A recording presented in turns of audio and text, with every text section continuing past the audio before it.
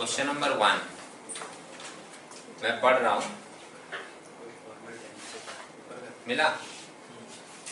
Page में half देखना नीचे, फॉर्मेट के नीचे। हाँ ठीक है। From the following information calculate net cash flow from operating activities. मिला? अच्छा एक बात बता दें आप लोगों को जो लोग नहीं थे स्टार्टिंग से, ये पूरा का पूरा कैश फ्लो स्टेटमेंट 3 पार्ट में बनता है। फर्स्ट पार्ट को हम लोग नाम देते हैं ऑपरेटिंग एक्टिविटीज, दूसरे पार्ट को नाम देते हैं इन्वेस्टिंग एक्टिविटीज और तीसरे पार्ट को नाम देते हैं फाइनेंसिंग एक्टिविटीज। समझ रहे हैं? तीनों के ऊपर मिलाकर एग्जाम में ज्यादातर जो क्वेश्चन आता है वो तीनों को मिलाकर आता है। बात समझे? लेकिन मैं बोलूंगा जब तुम शुरू कर रहे हो पढ़ना तो जो क्वेश्चन स्टार्ट करो करना एक एक पार्ट का करो। जैसे पहले ऑपरेटिंग एक्टिविटीज पर ही फोकस करो, उसको अच्छे से कंप्लीट कर लो। उसके बाद इन्वेस्टिंग एक्टिविटीज के बारे में देखो, उसका 2-4 सम्स बनाओ, क्लियर करो। उसके बाद फाइनेंसिंग एक्टिविटीज के बारे में देखो, उसका 2-4 सम्स बनाओ, क्लियर करो। जब तुम्हारा तीनों पॉइंट्स अलग अलग तरीके से क्लियर हो जाए उसके बाद सब मिला के जो एक बड़ा सम्स आता है उसको एक साथ मिलाकर करो। बात समझे? इससे आपको कंफ्यूजन कम होगा। ठीक। अब अगर मान लो किसी के मन में आए नहीं हम सब मिला के एक ही साथ एक ही बार करेंगे, इससे टाइम सेव होगा। समझ रहे हैं? ठीक है। अगर मान लीजिए आप ऐसा करना चाहते हैं कि नहीं हम एक ही साथ करेंगे, अलग अलग नहीं करेंगे, इससे मेरा समय बचेगा, आप कर सकते हैं, कोई प्रॉब्लम नहीं है। मेरे तरफ से कोई बंदिश या दबाव नहीं है। समझ रहे हैं? आप तेज हैं, आप स्मार्ट हैं, इंटेलिजेंट हैं, आप कर सकते हैं। बट मैं यही बोलूंगा कि अगर आपके पास समय की पाबंदी नहीं है तो आप अलग अलग पार्ट सीखिए, उसके बाद मिला के कीजिए, आपका कंफ्यूजन कम होगा। बात समझ रहे हैं मेरी? अब जैसे अगर मान लो नेक्स्ट वीक एग्जाम होता तो हम क्या बोलते हैं कि भाई छोटा मोटा सम्स हटाओ, डायरेक्ट सम्स उठाओ जैसा हम लोगों के एग्जाम में आता है। बात समझ रहे हैं? तो हम वहां से शुरू कर देते हैं। लेकिन अभी पता है कि अपना एग्जाम आएगा 2 महीने के बाद, तुम तो क्लास से घर में जाकर कॉपी भी नहीं खोलोगे आज, तो बेटर है कि हम लोग क्या करें, थोड़ा धीरे धीरे करें, एक एक पार्ट करके करें। बात समझे? तो पहले ऑपरेटिंग का सम्स करेंगे, फिर कुछ सम्स करेंगे इन्वेस्टिंग का, फिर फाइनेंसिंग का, फिर क्या करेंगे, तीनों मिलाकर बड़े सम्स हो जाएंगे। ठीक। इससे क्या है, जो लोग अब्सेंट थे उनको भी थोड़ा कंफ्यूजन कम होगा, थोड़ा थोड़ा करके सीखेंगे। अब एक बार मैं क्वेश्चन पढ़ता हूं, देखना। क्वेश्चन क्या मेंशन किया है, from the following information calculate net cash flow from operating activities. दिखा, जब सम से बोल देता है ना prepare a cash flow statement, तब तीनों मिला के बनाना पड़ता है। लेकिन जब सम्स में साफ साफ बोला है कि क्या आपको करना है, cash flow from operating activities, तो आपका फोकस सिर्फ किसके ऊपर होगा, जो फर्स्ट वाला पार्ट है, फॉर्मेट का जो फर्स्ट पार्ट है, सिर्फ उसके ऊपर हम लोग अपना फोकस रखेंगे। क्लियर है? अब यहाँ पर देखिए इंफॉर्मेशन जो दिया है उसमें एक trading and profit and loss account दे दिया है। तो ट्रेडिंग एंड पीएल अकाउंट तो कई बार देखते हुए आए हैं आप लोग, है ना? अब ट्रेडिंग एंड पीएल अकाउंट में, ट्रेडिंग अकाउंट के डेबिट साइड में देखोगे तो मेंशन किया परचेज, परचेज में एक कैश परचेज है और एक क्रेडिट परचेज है, दिख रहा है? उसके बाद है वेजेज, क्रेडिट साइड में है सेल्स, सेल्स में भी कैश और क्रेडिट है, और उसके बाद ग्रॉस प्रॉफिट। ट्रेडिंग में तो यही रहता है जनरली। एक क्लोजिंग स्टॉक भी होता है जो कि नहीं है। इसके बाद ट्रेडिंग के बाद जो नीचे पीएल का आइटम दिया है उसमें क्या क्या दिया है, डेबिट साइड में डेप्रिसिएशन ऑन प्लांट है, सैलरी है, loss on sale of plant है, दिख रहा है?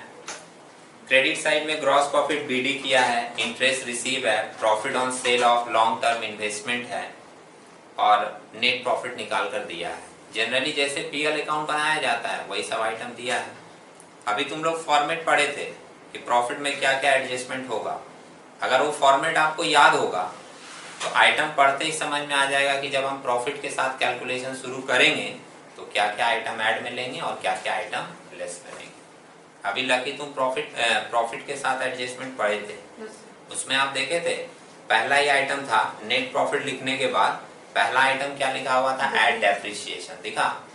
उसी में था loss on sale of plant. तो ये जो आइटम दो हम लोगों को डेबिट में दिखाई दे रहा है, ये लाइन पढ़ के क्या समझ में आ जाएगा कि हम जब प्रॉफिट लेंगे तो ये दोनों आइटम उसमें क्या करेंगे, ऐड करेंगे। समझ रहे हो? क्रेडिट साइड में देखो जो इनकम दिया है उस इनकम में क्या है, एक इंटरेस्ट रिसीव्ड है और एक profit on sale of long term investment है। दिखा, जब अभी तुम फॉर्मेट पढ़ रहे थे एडजस्टमेंट वाला, तो ये दोनों इनकम का आइटम किस में लिखा हुआ था, लेस में लिखा हुआ था। अगर आपको बेसिक चीजें याद है तो पढ़कर ही तुमको समझ दिमाग में आना शुरू हो जाएगा कि क्या क्या आइटम ऐड में आने वाला है और क्या क्या आइटम लेस में आने वाला है। समझ रहे मेरी बात? तो ये तो पीएल अकाउंट हुआ। अब नीचे कुछ और इंफॉर्मेशन दिया, वो एक बार देखो क्या बोला है। मेंशन किया, all credit sales and purchases were made during the last quarter of the financial year. मैंने साल जब मेरा खत्म होने वाला था तो लास्ट के समय में हम लोगों ने क्रेडिट में सेल किया है और परचेज किया है। अच्छा, जब हम लोग क्रेडिट में सेल करते हैं तो किसको करते हैं, उसको हम लोग क्या नाम देते हैं, डेटर्स। समझ रहे हैं? तो अभी जैसे इसमें करंट एसेट्स और करंट लायबिलिटीज का भी एडजस्टमेंट होता है, तो तुमको समझना पड़ेगा कि करंट एसेट्स और करंट लायबिलिटीज कहाँ दिया हुआ है। वो जो क्रेडिट सेल दिया था ना, आपकी प्रैक्टिस अच्छी है तो क्रेडिट सेल को देखते ही तुम्हारे दिमाग में आ जाना चाहिए कि ये किससे रिलेटेड है, डेटर से रिलेटेड है। और जो क्रेडिट परचेज दिया हुआ था वो किससे रिलेटेड है, क्रेडिटर से रिलेटेड है। बात समझ रहे हो? और सम्स के लास्ट लाइन में क्या मेंशन किया है कि जो भी क्रेडिट सेल और परचेज हुआ है वो during the last quarter of the financial year हुआ है। Therefore, no cash was paid to the creditors or collected from debtors during the year. मतलब जब हम लोग सेल किए तो हम लोग को क्रेडिट में जो सेल किए उसका पैसा भी नहीं मिला, और जो क्रेडिट में परचेज किए उसका पैसा भी हम लोग नहीं लिए। तुम बता सकते हो आकाश कि अगर हम लोग उधार में माल बेचें और उसका पैसा नहीं आया तो डेटर के ऊपर क्या असर पड़ा होगा? डेटर का बैलेंस बढ़ गया होगा, डेटर का बैलेंस बढ़ गया होगा। आप सोच के देखो, क्रेडिट सेल कितने का दिया है, देखो 2 लाख का। देखा, मान लो मेरा पहले से 5 लाख का डेटर होगा, 5 लाख का, 2 लाख का और बेचे तो डेटर कितने का हो गया, 7 लाख का। पैसा आता तो बैलेंस कम हो जाता, लेकिन वो तो मेंशन कर दिया कि पैसा कुछ आया नहीं, तो डेटर का बैलेंस उसके कारण क्या हुआ होगा, बढ़ गया होगा। बात समझे? और ऐसे तुम क्रेडिटर का सोच लो, तुम उधार में माल खरीदे और उसको पैसा अभी दिए नहीं, तो इससे क्रेडिटर के बैलेंस के ऊपर क्या असर पड़ा होगा, क्रेडिटर का बैलेंस बढ़ गया होगा। समझ रहे हैं? ये लाइन आपको समझना पड़ेगा अच्छे तरीके से। क्यों? क्योंकि जब हम लोग कैलकुलेशन करेंगे तो उसमें करंट एसेट और करंट लायबिलिटीज मतलब डेटर और क्रेडिटर का भी एडजस्टमेंट होगा। ठीक है, सम्स को एक बार फिर से देख लो। लास्ट लाइन में क्या बोला है, you are required to calculate cash flow from operating activities by adopting indirect method. ठीक है, अब हम लोग सिर्फ ऑपरेटिंग एक्टिविटीज का कितना वैल्यू आएगा वो इस सम्स में निकालेंगे। आप लोग एक काम करो, अभी लिखना मत, पहले हमको कंप्लीट करने दो। देखो सम्स में से देखकर फिगर बताओ और समझो कि कैसे प्रेजेंट किया जा रहा है। जब मेरा कंप्लीट हो जाएगा उसके बाद तुम लोग क्या करना, लिखना। ठीक है, ओके। स्टार्ट कर रहे हैं computation of net cash flow from operating activities. Computation of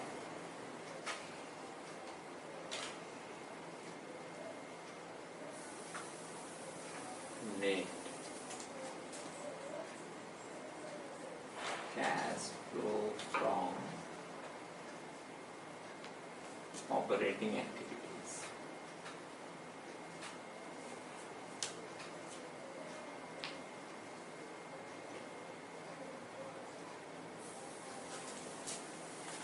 ठीक है, पार्टिकुलर्स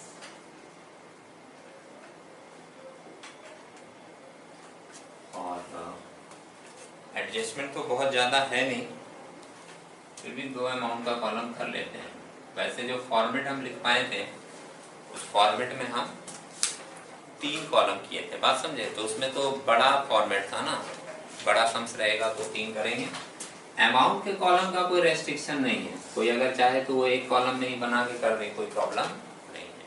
ठीक है, सबसे पहले हम लोग जो स्टार्ट करते हैं वो स्टार्ट करते हैं अपने नेट प्रॉफिट से। Net profit during the year.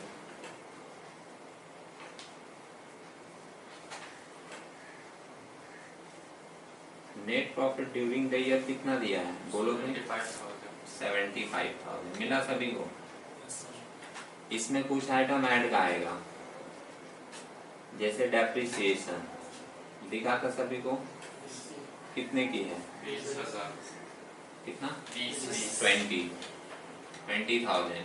और एक loss on sale of plant, loss on sale of plant था, कितने का? 5,000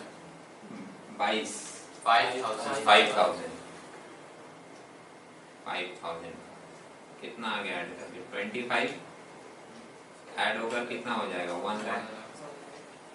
बात समझे? जो लोग लास्ट क्लास नहीं आए थे उनको भी बोल रहे हैं, अभी जो फॉर्मेट तुम लोग पढ़े थे जस्ट सम्स के पहले, समझ रहे हो, उसी फॉर्मेट में से ये एडजस्टमेंट लिया गया है। बोलने का मतलब है कि अगर तुम कोई सम्स करने जा रहे हो, तुमको चैप्टर का एटलीस्ट बेसिक आइडिया होना चाहिए। चैप्टर की जो बेसिक चीजें हैं, फॉर्मूला है, फॉर्मेट है, जर्नल एंट्रीज है, वो कम से कम याद होना चाहिए, तब तुम 1-2 स्टेप आगे बढ़ पाओगे। इसके बाद कुछ आइटम लेस का था।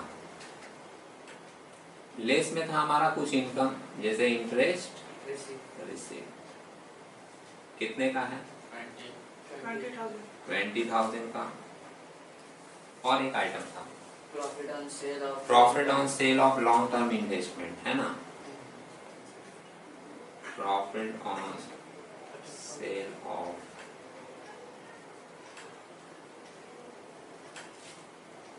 लॉन्ग टर्म इन्वेस्टमेंट, कितने का? 30,000। ये दोनों मिला के कितना हो गया? 50 माइनस होगा कितना बचा? 50,000। ये जो 50,000 आया, इसको हम लोग नाम देते हैं profit before working capital changes. क्या नाम देंगे?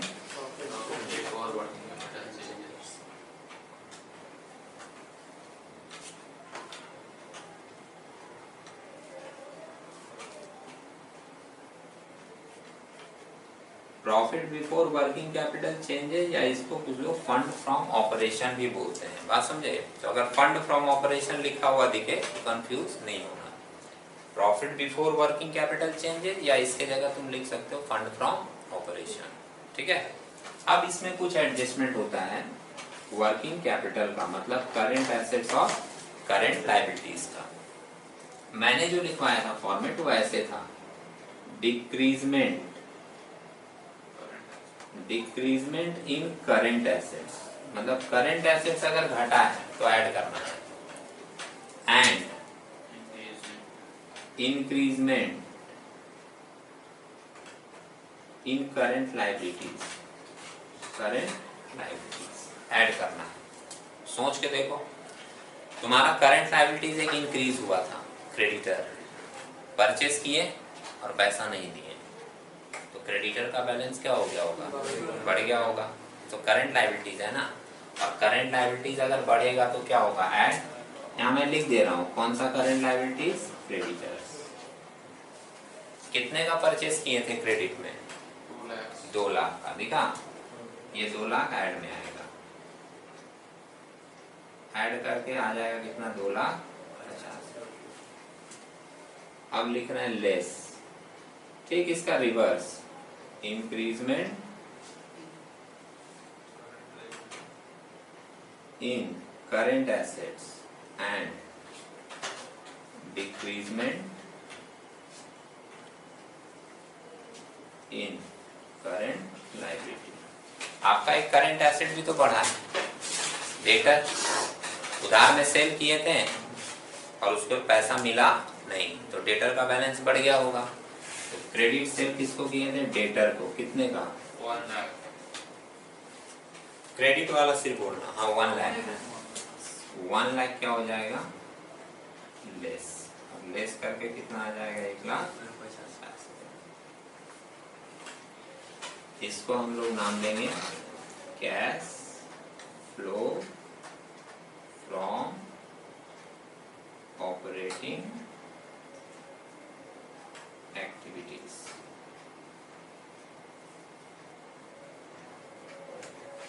समझ रहे हैं? अब जैसे जितना आप एडजस्टमेंट इसमें देखे हैं, एटलीस्ट दूसरे सम्स में ये एडजस्टमेंट मिले तो तुमसे गलती होना नहीं चाहिए।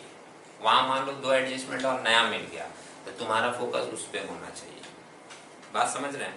जितना चीज पढ़ते जाइए उसको क्या कीजिए, माइंड में सेट करते हुए जाइए और थोड़ा थोड़ा पार्ट करते जाइए। बाद में सबको मिला दोगे, सारी चीजें याद भी हो जाएंगी और तुमको कंफ्यूजन भी कम होगा। ठीक है, देख लो पूरा फॉर्मेटिंग का और सम से भी मिला लो कि आपका सम्स में कोई आइटम ऐसा नहीं है जिसके कारण और कोई इफेक्ट यहाँ पर पड़ना चाहिए।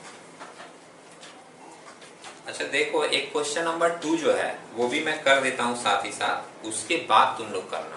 क्वेश्चन नंबर 2 में तुमको थोड़ा सा चेंजेस मिलेगा। Changes in the sense presentation जो है क्वेश्चन नंबर 2 का वो अलग है। देखो एक बार, मिला?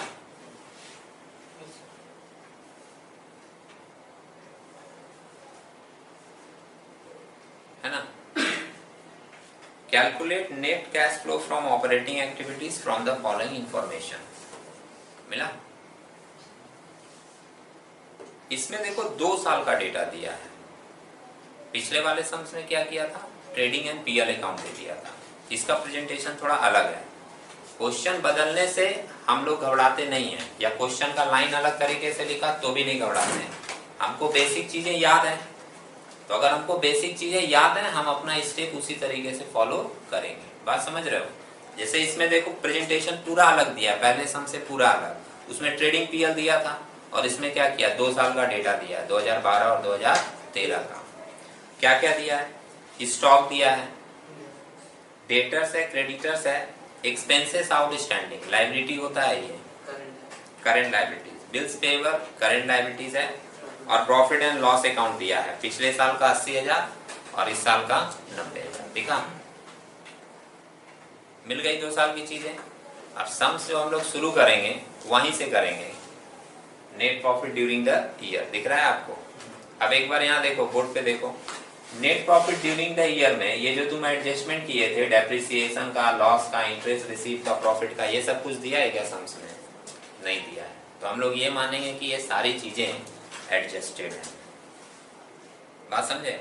नहीं दिया तो क्यों खोजेंगे?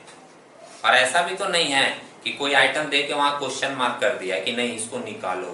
अगर ऐसा रहता कि डेप्रिसिएशन लिख कर कहीं क्वेश्चन मार्क कर देता कि डेप्रिसिएशन है लेकिन तुमको निकालना होगा, तब हम लोग निकालते हैं। बात समझ रहे हो? लेकिन अगर नहीं दिया है और कोई क्वेश्चन मार्क भी नहीं है सम्स में, तो हम लोग उसके ऊपर फोकस नहीं करते। हम लोग सिंपली क्या सोचते हैं कि ये जो सारी चीजें हैं ये पीएल में ऑलरेडी एडजस्टेड है। मतलब हम लोग किस जगह पर खड़े हैं सम्स में पता है? इस जगह पर। बात समझ में आ रही है? हम लोग किस जगह पर खड़े हैं? इस जगह पर। अब इसके नीचे का जो एडजस्टमेंट है वो डायरेक्ट आपको करना है, आपका cash flow from operating activities आ जाएगा। ठीक? मेरी बात अगर नहीं समझ में आई हो मैं लिख के दिखाता हूँ। देखो, net cash flow from operating activities वही निकालना है। Question number 2,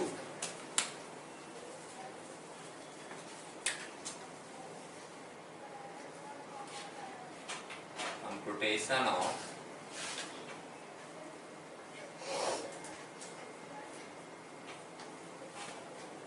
net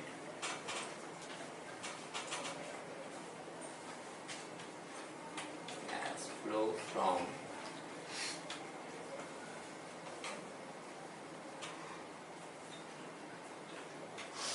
operating activity.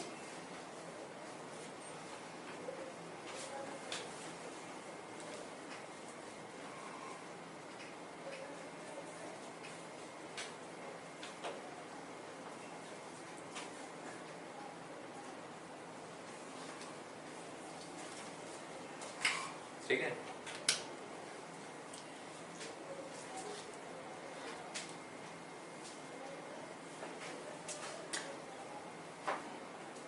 Profit before working capital changes. Working capital changes जब 2 साल का दिया रहेगा ना, सुन रहे हो मेरी बात? जब 2 साल का दिया रहेगा तो देखोगे कितने का आपका एक्स्ट्रा प्रॉफिट इस साल हुआ है। पिछले साल कितने का था? 80,000 का। इस साल कितने का है? 90। एक्स्ट्रा कितना बढ़ा? 10,000। मतलब इस साल का नेट प्रॉफिट मेरा कितना जनरेट हुआ है? 10,000। हम लोग सम्स वहां से स्टार्ट करते हैं। बात समझे? 90,000 माइनस 80,000, एक्स्ट्रा प्रॉफिट कितना हुआ? 10,000। और मैं फिर से बोल दूं, जिन लोगों को समझ में नहीं आई मेरी बात पहली बार में, या जिन लोगों ने ध्यान नहीं दिया, नेट प्रॉफिट से शुरू करते हैं। ये सारा एडजस्टमेंट हम लोगों को करना पड़ता है। एडजस्टमेंट और भी है, आपको फॉर्मेट पूरा याद रखना पड़ेगा। बात समझे? जैसे इसमें तो बहुत सारा आइटम था, हम लोग 15 आइटम पढ़े हैं। वो तो सम्स में 4 था, इसीलिए 4 हुआ। समझ रहे हैं मेरी बात? इसलिए पूरा फॉर्मेट याद रखना पड़ता है कि क्या क्या ऐड में आएगा, क्या क्या लेस में आएगा। ये जो एडजस्टमेंट हम लोग किए वो अभी दूसरे वाले सम्स में हम लोगों को कहीं दिखाई नहीं दे रहा है। तो मैंने क्या कहा कि अगर वो नहीं है तो आपको उसके बारे में विचार करना भी नहीं है। आप सिंपली क्या करोगे, सोचोगे हम लोग कहाँ खड़े हैं, यहाँ पर, ठीक है? और इसके नीचे का जो एडजस्टमेंट है उसमें आप मूव करोगे। अब इसके नीचे क्या एडजस्टमेंट था? ऐड करना है हम लोगों को डिक्रीजमेंट इन करंट एसेट्स, दिख रहा है ना? ऐड डिक्रीजमेंट इन करंट एसेट। एग्जाम में थोड़ा पूरा लिखना, समझ रहे हो? Current asset and increment in current liability. बोलो सम्स में देखिए और आइडेंटिफाई करके बताइए कौन कौन सा करंट एसेट बढ़ा है और सॉरी कौन कौन सा करंट एसेट घटा है। डिक्रीजमेंट लिखे है ना? देखो सबसे पहला आइटम है स्टॉक, है ना? पिछले साल कितना था? 60। अभी कितना हो गया? 50। घटा 10,000 से घटा। और हम लिखे हैं कि हम लोग को डिक्रीजमेंट वाला लेना है। क्या ले लेंगे यहाँ पर? स्टॉक। स्टॉक को हम लोग इन्वेंटरीज भी बोल रहे हैं, जानते हैं ना? कितने से घटा? 10,000 से। तो हम 10,000 यहाँ नेट फिगर लिखते हैं, ठीक? डेटर भी घटा है। डेटर कितना है पहले? 25 हो गया कितना? 23। 2,000 से घटा, यहाँ लिख देंगे डेटर्स। आप ब्रैकेट में दिखा दो तो और ज्यादा सही है कि भाई 25 से हो गया कितना? 23। तो ये हम लोग घटा हुआ फिगर ले लेंगे कितना? 2,000, ठीक? और कोई आइटम? करंट लायबिलिटी बढ़ा है। एक करंट लायबिलिटीज बढ़ा है। आउटस्टैंडिंग एक्सपेंसेस दिख रहा है? पहले आउटस्टैंडिंग एक्सपेंसेस कितना था? 3.5। मैंने 3500 दिया, 3500, और वो बढ़कर कितना हो गया? 4500। 1,000 से बढ़ा ना? और यहाँ क्या है आपका? इंक्रीजमेंट इन करंट लायबिलिटीज। तो आउटस्टैंडिंग एक्सपेंसेस कितने से बढ़ गया हम लोगों का? 1,000 से। ये ले लेना। 3 आइटम ऐड में आ रहा है, 10, 2, 12 और 1, 13। टोटल कितना हो जाएगा? 20। क्लियर है? अब लेस में आएंगे। लेस में ठीक इसका रिवर्स लेना होता है ना? Increment in current asset and decreasement in current liabilities, ठीक? बोलो कौन कौन सा करंट एसेट बढ़ा? क्रेडिटर करंट एसेट है। अच्छा, कुछ लोग इस हिसाब से भी बोल देते हैं कि अब जो बचा कुछ है वो तो इधर ही आएगा, है कि नहीं? जो आना था ऊपर में आ गया, जो बचा है वो सब नीचे आ जाएगा। इस हिसाब से भी तुम सोच सकते हो, सही बात है। लेकिन ये तो ध्यान रखो कि क्रेडिटर जो है वो करंट एसेट नहीं है, क्रेडिटर करंट लायबिलिटी है। तो क्रेडिटर के साथ क्या हुआ है हमारा? क्रेडिटर्स 32 से 28 हो गया, घटा है ना? तो डिक्रीजमेंट लेना है हम लोगों को क्रेडिटर्स का। कितने का? 4,000। और क्या आइटम है? बिल्स पेएबल भी करंट लायबिलिटीज, और ये भी घटा है। देखो 35 से कितना हो गया? 22। कितने से घटा? 13,000 से। 35 से हो गया 22, है ना? तो घटा कितने से? 13,000 से। 13 और 4 17 है ना। 23 में 17 माइनस कर देंगे, कितना बचेगा? 6 है ना। और इसको क्या नाम दे देंगे? Cash flow